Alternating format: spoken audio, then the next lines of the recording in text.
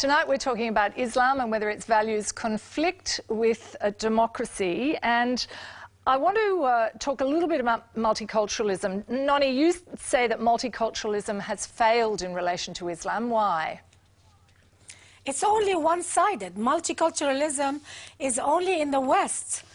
We're absorbing a large number of Muslims in the West, and at the same time, the Christians and the Jews and other minorities are fleeing the Middle East.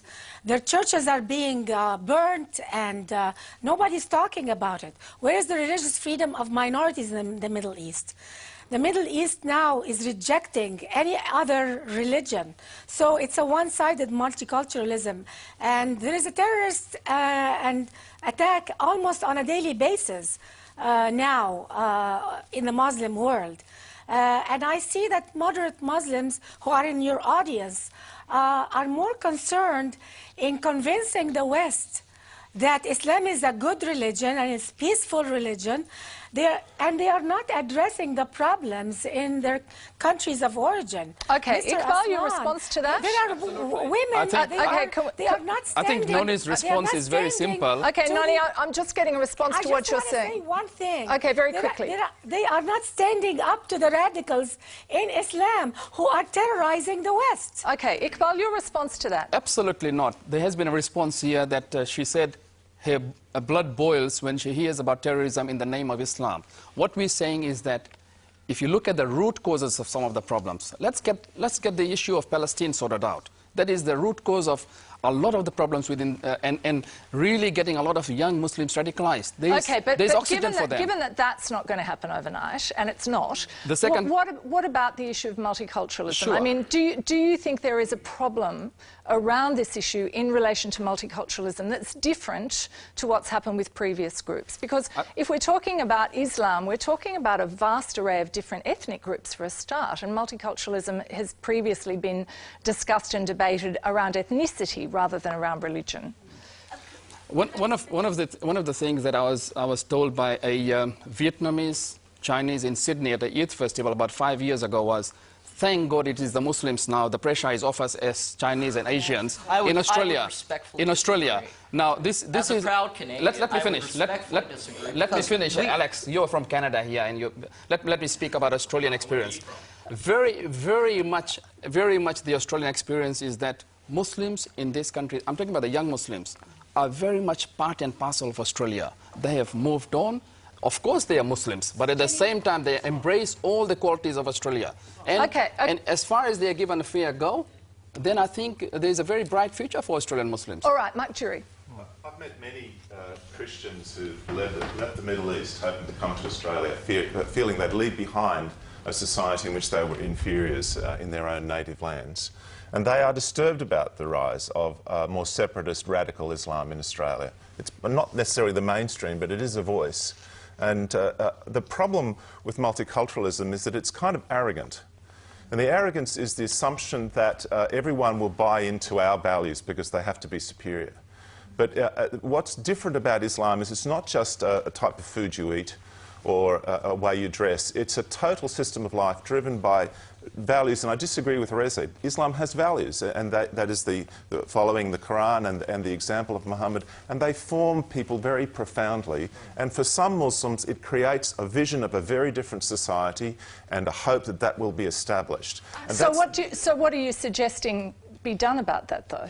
Well, one of the challenges that's happened in Europe is that in accepting many Muslim people, they didn't explain to them that we have, or those countries have particular values like equality of all people before the law. Islam does not accept that everyone is equal before the law. Okay, Aisha. Okay, I'd like to hear from Aisha. She's had a hand up for ages. Really sore here.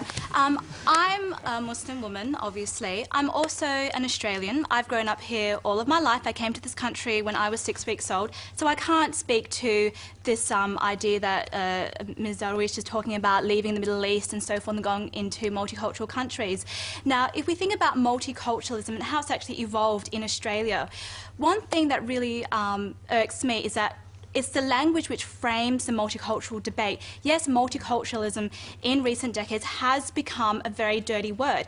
But if you look at the work done by Emeritus Professor Lucky Jayasuriya, who talks about reconceptualising Australian multiculturalism in a new paradigm, which talks about citizenship, and within that model actually provides for the diversity of Muslim communities to engage and to participate as a political member of the community, and the idea that we have rights and responsibilities as a citizen, and one of that is to participate. Now, can I continue, or am I going to be cut up? The problem just is... if you could finish, because we've got a bit more to get through before we I'm talking finish. about developing that sense of intercultural empathy and sympathy. There is going to be cultural difference, but it's not about a wholesale denial. It's about dealing with that difference and addressing that and understanding that there is going to be a multiplicity of voices, and that's actually very enriching to the Australian experience, and we should embrace that. Okay, I want to just talk quickly about leadership, because I think that's really interesting. And I know we have had difficulty on this program often getting moderate Muslims to speak up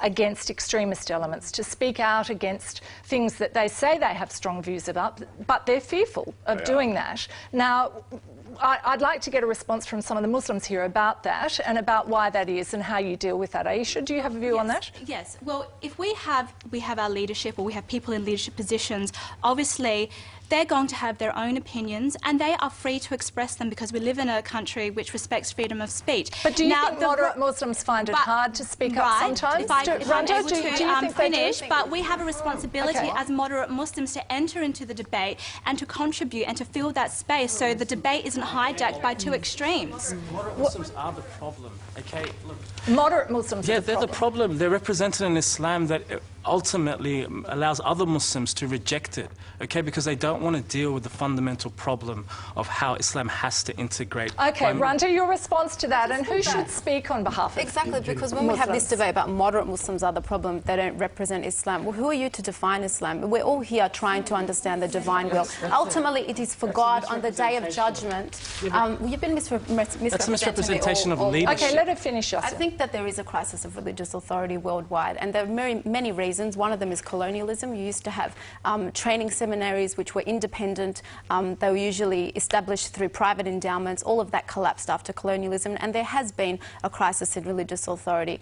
Speaking as a Muslim in the West, I do see that there is a crisis in religious authority. We need more indigenous Muslim scholarship that understands the Western way of life and is able to use that understanding using legitimate Islamic sources to bring more scholarship to our way of life in the West, and there's a real need for that. Mark? The problem is that some of the things, for example, that Reza criticised, such as cutting off hands, and he sort of wanted to deny the apostasy law, which is to kill people who leave Islam, they're very well based in Muhammad's example.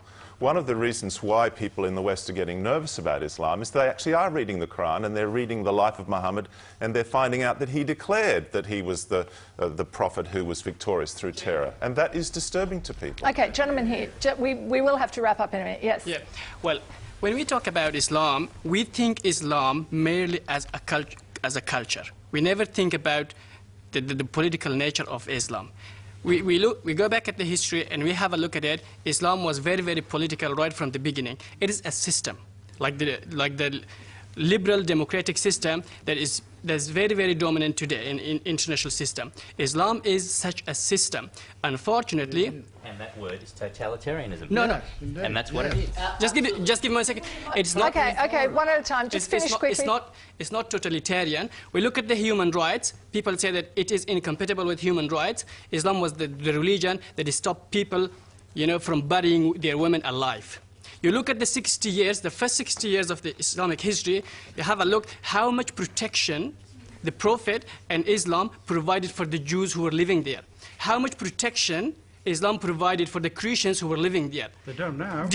This is the problem. We don't know. That is lack of awareness. Okay. That's years ago. Yeah, very much. And then, Jenny. Okay, everybody wants to make a point. We look now, and people say that there are 60% of the verses very aggressive. We look at the political nature. It is a state. It is a state. And look at the current international system, how the states are behaving. If you were in charge of the security of a community, what would you do? Okay, Mariam, comment from you. You had your hand up. I think one thing we really need to understand and comprehend is that the Quran is not a single book. It was revealed over 23 years, over 6,000 verses.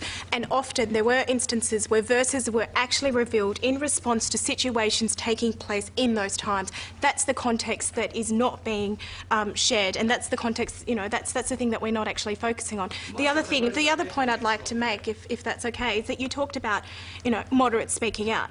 This whole labelling I have an issue with. Am I a moderate or am I an extremist? How do you define that? Well, you can define it by class. You can define it by class. A lot of moderate Muslims are very well off. All right, I want to let Mariam finish because we're going to wrap up. You can keep talking about this online, though. Yes, Mariam. But even if we accept the notion that there is such a thing as a moderate, which, you know, I have issues with the definition of that, but even if we do accept that, you were saying, why aren't the moderates, Noni alluded to this point, why aren't the moderates sort of speaking up?